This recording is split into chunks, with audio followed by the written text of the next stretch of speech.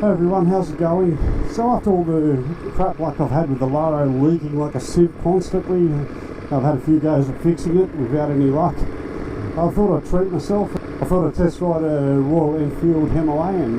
It's a bike I've been quite interested in since they first come out. I thought the idea was quite clever.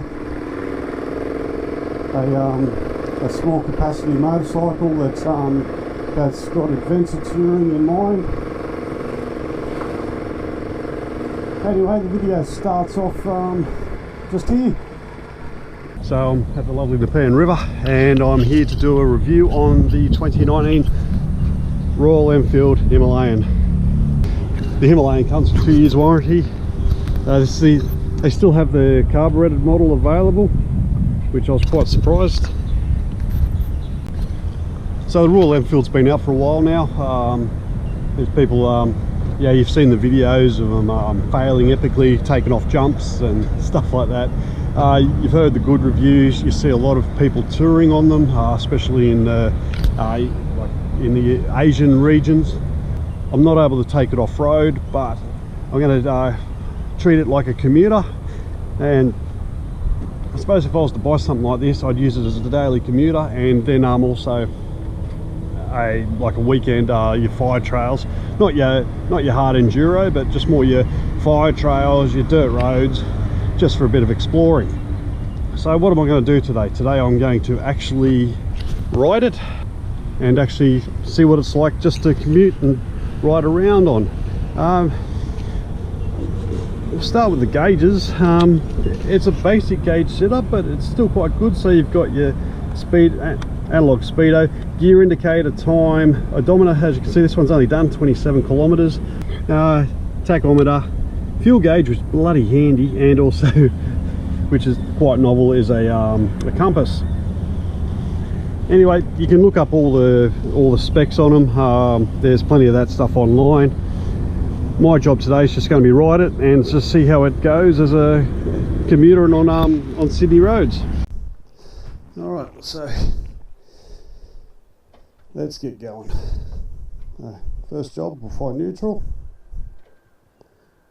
Right, on.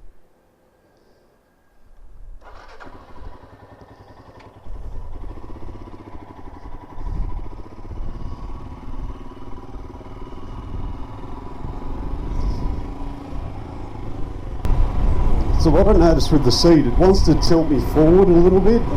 The padding's fairly reasonable, but only true test will be an hour of riding in it.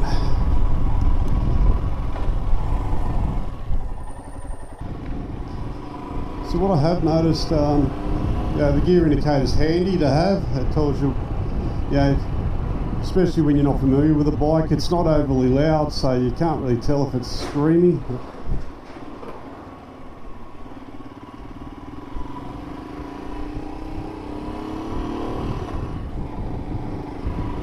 The brakes seem to pull you up all right. The acceleration's reasonable. You've got to remember it's only a 410cc.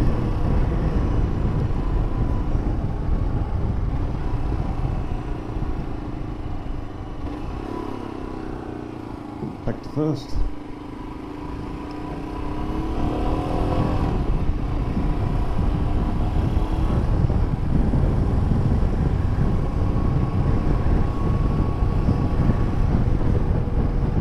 So it holds, you're doing 60 in fourth, should we drop down to 50, so it's revving quite high-ish, 3,500 RPMs, so when you're in fourth gear at 60, you can't just bury it and get accelerate out. It feels, as I said again, 400cc. At low revs, the torque's just not there to power you out of situations, but you're not going to, so you've got to use your gears, which is nothing unusual for a small capacity motorcycle. I'll call this one small to medium. Let's give it a trial on the motorway. We'll see how well she does. 110.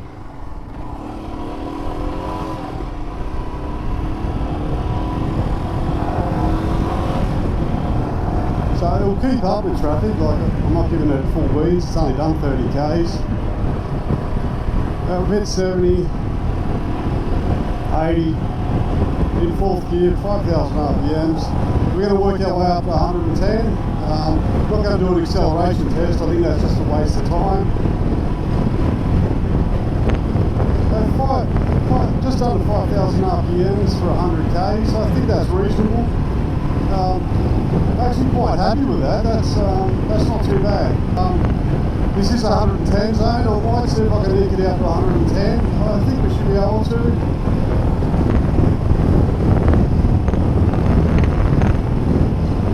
Yeah, it's not too bad. Now, this screen, I'm not doing too much, but I'm rather tall, so I think it's small. It's more for show, probably will deflect the bugs and that's about it. And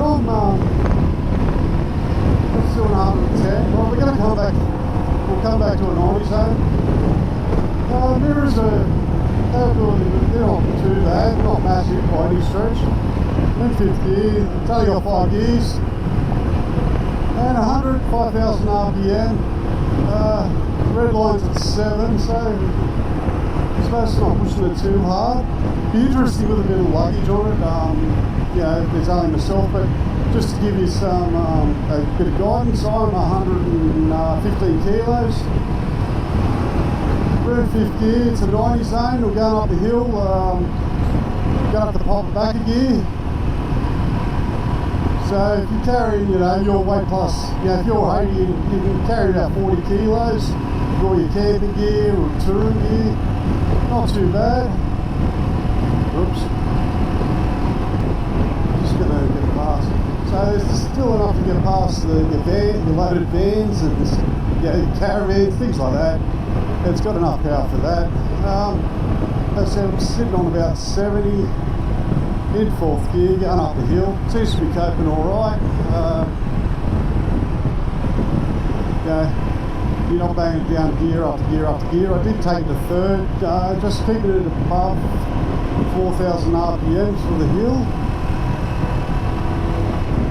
It's a shame I can't take it off road, but it's a demo bike for a motorcycle dealership, so they're good enough to give me a go on it, like exactly for a test ride. I'm sitting on 80k's, probably in the fifth, and it's cruising on at 4,000 RPM. I do like the dash. It's, how do you put it? It's basic, but gives you enough information that everything you need. Like it's got temperature, time, you know, trip meter, what gear you in, which I think is handy. Fuel gauge, which I think is brilliant. I love a fuel gauge. I suppose it would. What I have noticed, not that I don't think these are massive sellers in Australia, but what I have noticed is I don't see too many second-hand ones come up for sale. The only time I see them is at dealerships, and I'm not sure if they're ex-demos or express vehicles. What wouldn't surprise me is those that buy them, like, they're not, they might do some mild touring, and yeah, and that's what I can picture this doing. My belief is its closest competitor would be the Kawasaki KLR 650, and the reason I say that is that Kawasaki is quite a basic 650cc machine. It's got the fairing. This one's the one up on it a bit. I feel this one's a lot smaller. As a smaller motor, you don't want this to be a big bulky machine, where the quacker is quite large, and the type of riders that like this, those that, you know, you get your learners, I find it quite comfy on 6x4, so no complaints there. It's doing all the legal speeds quite nicely. One thing I've noticed is you can't hear the motor that much, so you can't tell if you're over revving the thing. I think it's going to rev, spend most of its usable life between 3 and 5,000 RPMs. Overall, yeah, it's not a bad little beastie. Wouldn't have minded a couple of days with it just to, find its faults. The seat is an interesting thing. It's you can feel it pushing in. Like I've got my butt right up against where the pillion would sit. So there's like a little a bump like that, and my backside's pushed up against it, and that's not too bad. It's relatively comfortable. I said she seems quite happy to toddle along at your road speeds. Turning circle, pretty good, as you'd expect. I don't know what the choke does, but it's fuel injected. You think the injection? Okay, we're off. So we'll take it through some twisties. No point just doing straight roads. Got to see how agile this is. Now, in saying that, I wouldn't be banging around corners. I don't think that's what it's designed for. It's got good clearance, so you'd be able to get some good cornering out of it. I don't know if the chassis is up to that sort of hard cornering performance. That's not what it's designed for. It's designed to take you places, you know. Any road or no road, I think was the Royal Enfield spiel.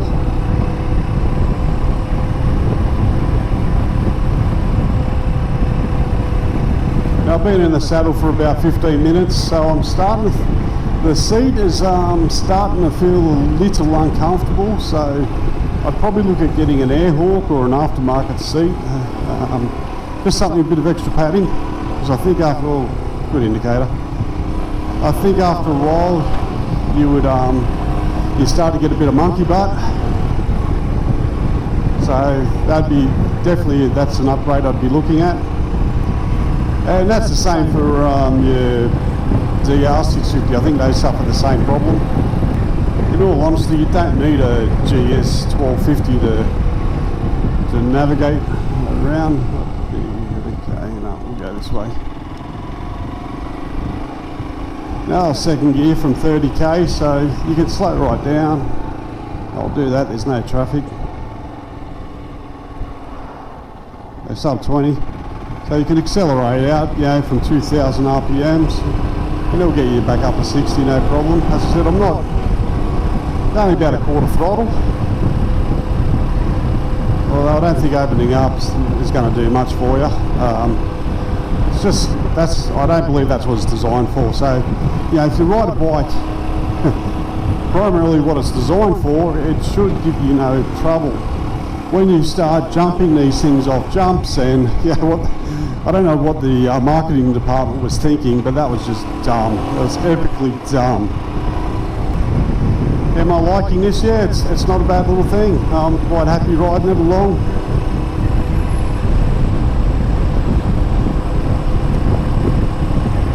You've seen these used a lot in the Tube Adventure vlogs, so Itchy Boots, there's another one, I think it's on a bike. No, she's on a BMW.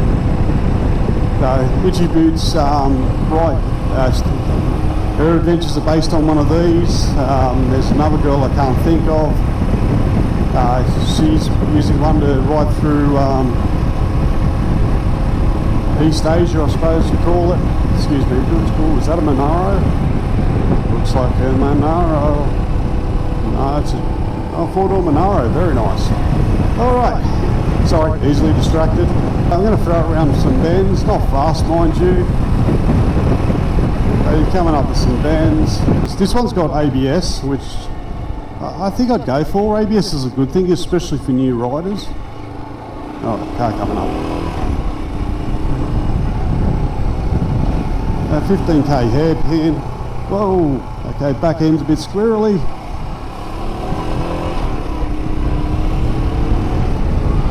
That could be the tyre. Yeah, there's nothing up, nothing. This is how it comes out of the factory. Said I don't feel, I wouldn't be banging this through corners. Maybe if you change the tyres, you might be able to do it, but this is not what it's designed for. It's designed for, you know, a bit of, you know, your adventure touring, so your dirt roads, not your single trail bloody motocross and enduro stuff, but definitely your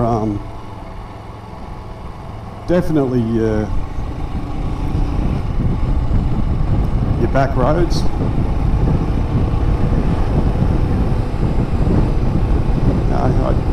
As I said, also you've got to remember, I'm not familiar with this bike, and a 4.5 grand excess will curb my my aggressive riding. I also didn't check the tyre pressure, I just relied on the dealership to let me ride it, so there are a few things you've got to take into consideration. I'll go around the corner okay, but I probably wouldn't push it much harder. You can still see a lot of smoke if you look into the distance. Still heavily affected by the bushfires in Sydney.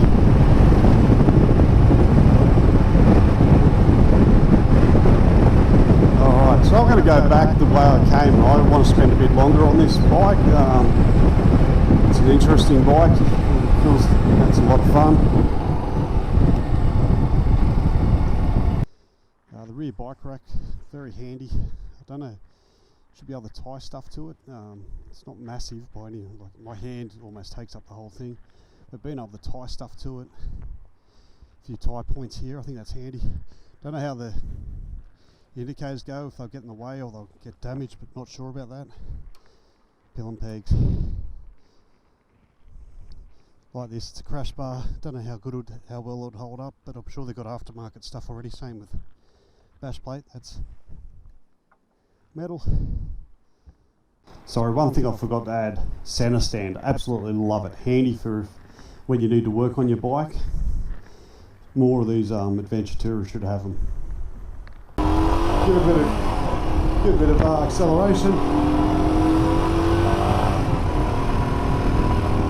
I'm not going to set your world on fire, the acceleration, but as I've been saying continuously, that's not what she's designed for. I said with the right tyres you could probably bang this through corners, but it just doesn't feel like that sort of bike.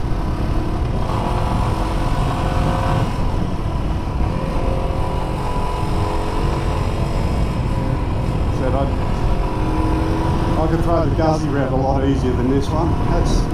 But you know, horses for courses. I'm sure as time goes on we'll get more confident with it, but I just don't think the tyres are up. It might be the tyres, it could be the suspension. But it just feels like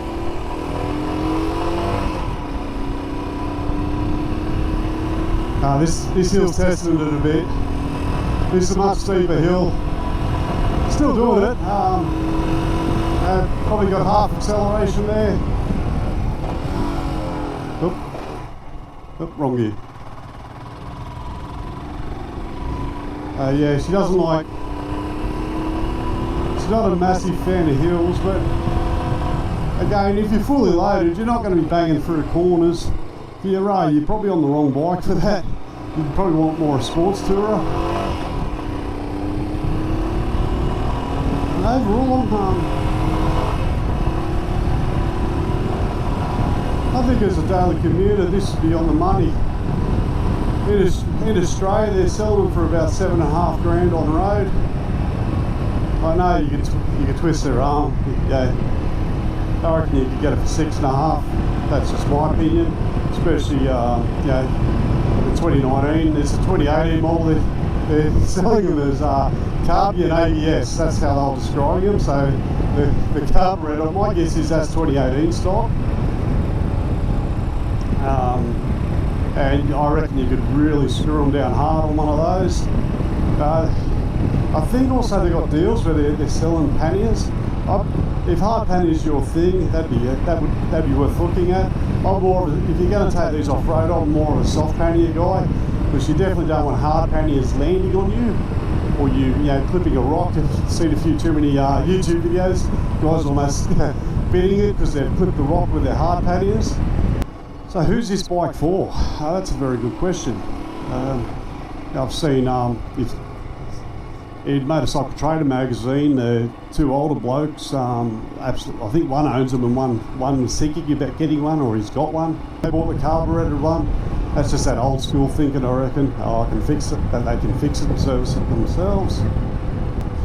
This would be a great bike for like your female companion, like small people of smaller build, first time riders, absolutely, that want to get into this sort of adventure touring scene. I wouldn't want to do too up on this. I think the seat would, there'd be a bit of height there, but for short trips, no problem. I think if they could fit the 650 motor in this, I think they'd have one of the best sellers in the adventure tourer market. You know, they could price it, you know, sub 10. I think they'd be getting a lot of sales. Would I buy this? Yeah, it wouldn't be a bad thing. The price, like I said earlier, price is on point. You know, $7 grand for a carby fed mud, and I still think you could drive them down a lot lower than that. You know, they want to sell them. I don't think it would disappoint too much. You got 2-year warranty. This sort of bike, I don't think resale is going to be that crash hot on them. I think they won't be worth much in a few years. Yeah, I've heard a few guys say, oh, if you got the first edition, they might be worth something, because this is technically Royal Enfield's first new bike in like forever. They've recently bought out the 650s, and you know, they want to be a global player. I think this bike is aimed at like your Asian and European market. The motor's, you know, the motor's not too big, it's not too heavy, it's easy to lift up. I said I wouldn't have mind being able to take it off road, but that's not to be. I said it's just to see how it goes commuting. I spent half an hour in it. That's my average commute, is half hour each way, and I think that's that I could deal with. Roll on from 60 to 80 in 4th gear, and just pop it in over in the 5th. You hear guys saying, oh, I can deal with the 6th gear. I don't think the torque's there to drive the 6th gear. I could be wrong, but I think 500 k's in this, I think you would have had enough. Probably a bit much, but I could be wrong. This shield, I still get a bit of buffeting at speed. At 80 and below, it's okay, but you're still getting hit around the neck area. But don't forget, I'm 6'4", 194 centimetres, probably 192, because I'm shrinking as I get older. The brakes are designed by Brembo. They're Bybree, I think, so it's meant to be by Brembo, but I believe they're designed by Brembo. They're probably made in the Royal Enfield factory. They pull you up quick enough. It's a single disc. You can get the specs from others. It does a good enough job. It's not going to make the scenery go backwards, but it's more than enough for this bike. The bike isn't intimidating to ride, and I think that's something that's got going in its favour. And I think all the those negative, you see them snapping at the forks, snapping off at the, I think it's the headstock, they come apart. You don't know what they're doing. You don't have to hit jumps, or you don't get the full story. They just go over, they're using them on an enduro track. That could be an issue, or a really hard track where you're just constantly pounding it. My guess is it'd be fine just for your light dirt, your fire trails, occasional rough stuff, but that 90% of it would just be like your dirt roads that you see. A lot of guys are starting to ride them, especially in Sydney. Well, sorry, easily distracted. A lot of guys are starting to get into the adventure touring, because Sydney roads are just that heavily policed. It's just not worth running the risk of speeding. So this would be a good way to dip the toe into that market. You could buy one of these fairly cheaply. Where if you go out and spend 20 odd grand on a full setup, I think the Triumph is over 20. That XCA 800 I rode, which I absolutely loved.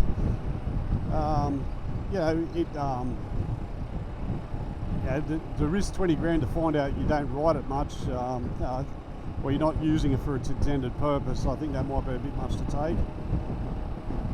But 7.5 grand.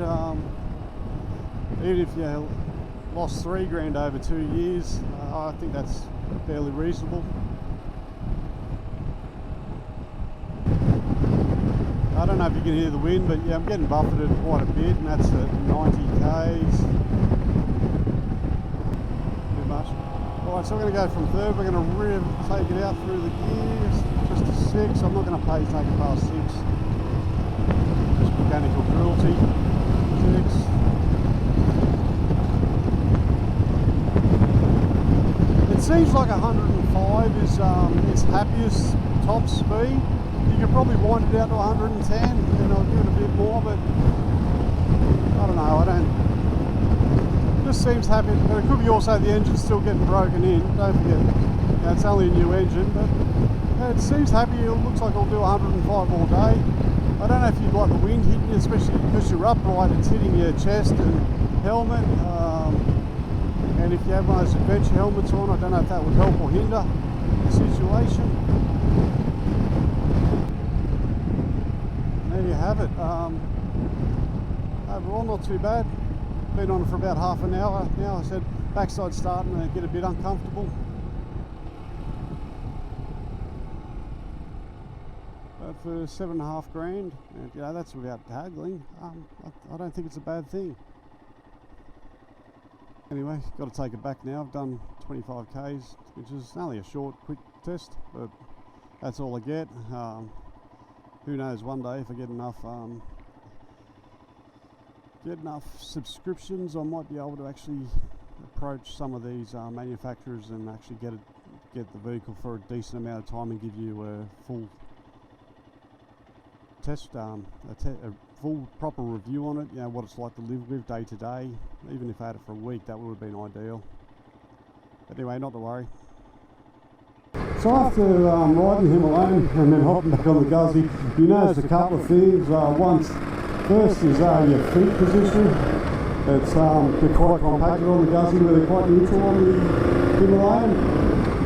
I did notice acceleration, but you know, the Guzzi motor is almost three times the size of the Himalayan. Same with the brakes. You know, these are actually Brembos, dual discs. They'll pull you up. But I did enjoy riding the Himalayan. Totally different bike to the Grisso. You know, it's hard to go wrong spending $7.5 grand on a bike when you're going to get 2 years warranty with it. And especially if you use it for what it was intended for, and that's just for, you know, commuting, thrown in with a bit of off-road, would be ideal. Don't expect it to, you know, be a performance animal or corner or, you know, be up front in the corners. I don't think that's just not what it's designed to do. But if you want something that's just cheap, a lot of fun to ride, that definitely ticked a lot of boxes. In saying that, I will go and test other adventure tours. I'd like to test ride the Benelli, that's for sure. I think that's an untapped market that, you know, given the right promotion, I think that bike could do really well. Anyway, I think you can't go Himalayan is accelerate quickly out of situations. Anyway, that's pretty much it for the Himalayan. Hope you enjoyed the video, hope it was helpful. If it was, please like, share and subscribe. And on that note, thanks very much for watching, and I'll see you in the next vid.